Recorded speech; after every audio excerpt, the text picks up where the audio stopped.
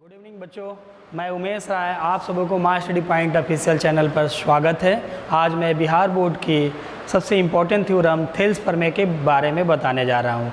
Thales प्रमेय का statement है, यदि किसी त्रिभुज की एक भुजा के समांतर खींची गई रेखाखंड जिन दो बिंदुओं पर प्रतिच्छेद करती है, वे बिंदु दोनों भुजाओं को समान अनुपात में विभाजित करती है। जैसे मान लीजिए यहाँ हमने एक दिया ए बी सी एक त्रिभुज, जिस बी सी के समानांतर डी एक रेखा है, तो इसको गिवन में क्या लिखेंगे बाबू? सबसे पहले लिखेंगे GIVEN, गिवन कि त्रिभुज ए बी सी में जो ए बी सी में है, बी सी किसके समानांतर है? डी के।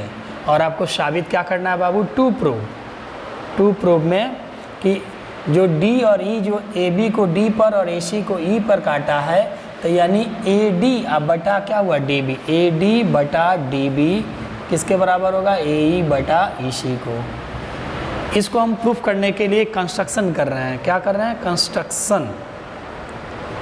कंस्ट्रक्शन क्या किया जा रहा है कि यह बी ई को मिला रहे हैं, और ये क्या करेंगे? सी डी को मिला रहे हैं, और D से एक लंब डाल रहे हैं ए पर, जिसका नाम हम डाल दे रहे हैं E तक है DF, और E से एक लंब डाल रहे हैं, इसको मान ले EG।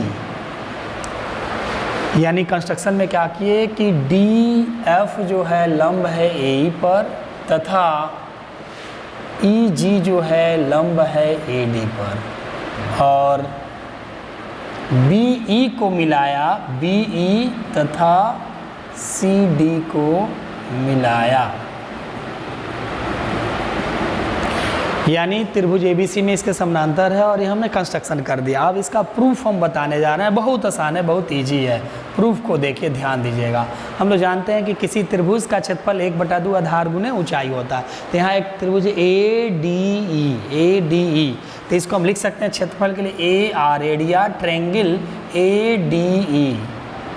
अब एक बार ज़्यादा शॉर्ट करने के लिए हम पुनः क्या कर रहे हैं कि AD के बाद यहाँ जैसे BDE एक त्रिभुज है, तो इसका भी क्षेत्रफल निकाल दे रहे हैं, एरिया ट्रायंगल BDE।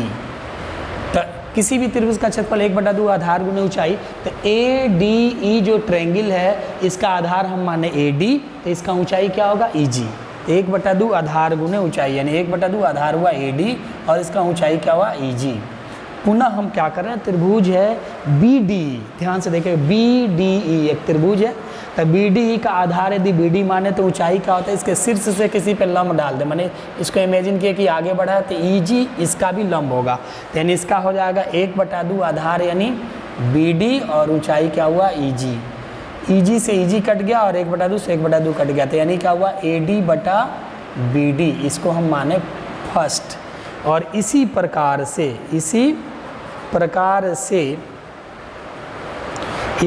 से हम क्या कर सकते हैं कि पुनः AD जो त्रिभुज है, इसका आधार AE मान ले, और इसका लंब DG कर सकते हैं। अब ऐसा समझ में आ रहा है कि आप हमको कैसे समझ में आ रहा है? क्योंकि देखिए यहाँ AD बटा DB और AE बटा EC साबित करना है। टू प्रूफ दिमाग में याद रखा जाता है, तो हमको AE बटा EC चाहिए। इसलिए पुनः हम त्रिभुज एरिया ट्रायंगल ADE, फिर एरिया ट्रायंगल हम क्या लिख सकते हैं? CDE।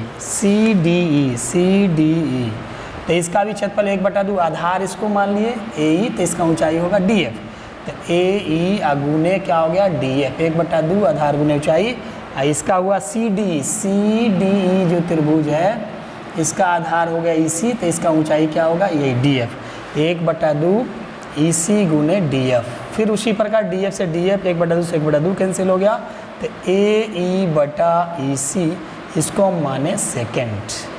अब ध्यान दीजिएगा, क्योंकि हमको साबित करना है कि AD बटा BD और AE बटा EC, तो दोनों का देखिए RHS तो बराबर इतना कर देना हम लोग को। लेकिन प्रॉब्लम है, देखिए एरिया ट्रायंगल ADE LHS में, तो ऊपर यहाँ एरिया ट्रायंगल ADE, और यहाँ नीचे BDE और यहाँ CDE, केवल B और C का अंतर है। यदि B और C दोनों सेम हो जाए तो आसानी से प्रूव हो रहा है कि LHS बराबर है, तो RHS बराबर हो जाएगा।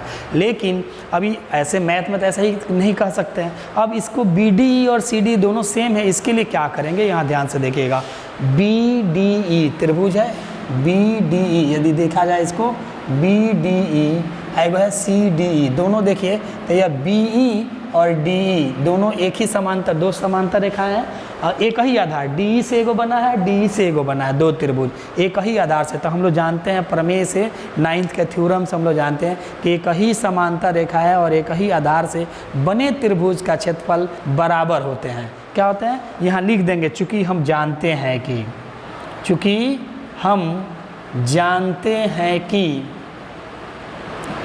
एक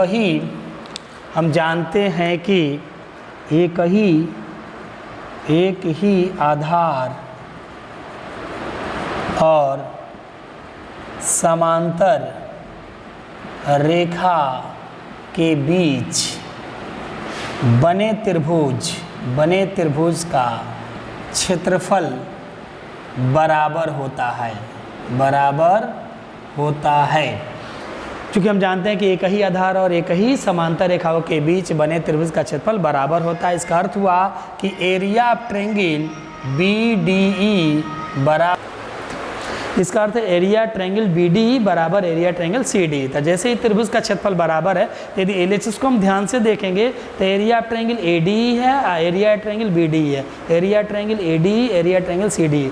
तो ई ऊपर का तो बराबर था, ई क्षेत्रफल और ई क्षेत्रफल दोनों त्रिभुज का क्षेत्रफल बराबर है, अर्थात फर्स्ट और सेकेंड से दोनों का LHS बराबर है, इसलिए इसका RHS भी क्या होगा, बराबर होगा। इसलिए यहाँ लिखेंगे, इसलिए RHS मतलब AD बटा BD बराबर AE बटा EC। इसका अर्थ प्रूव्ड हो गया, प्रमाणित हो गया।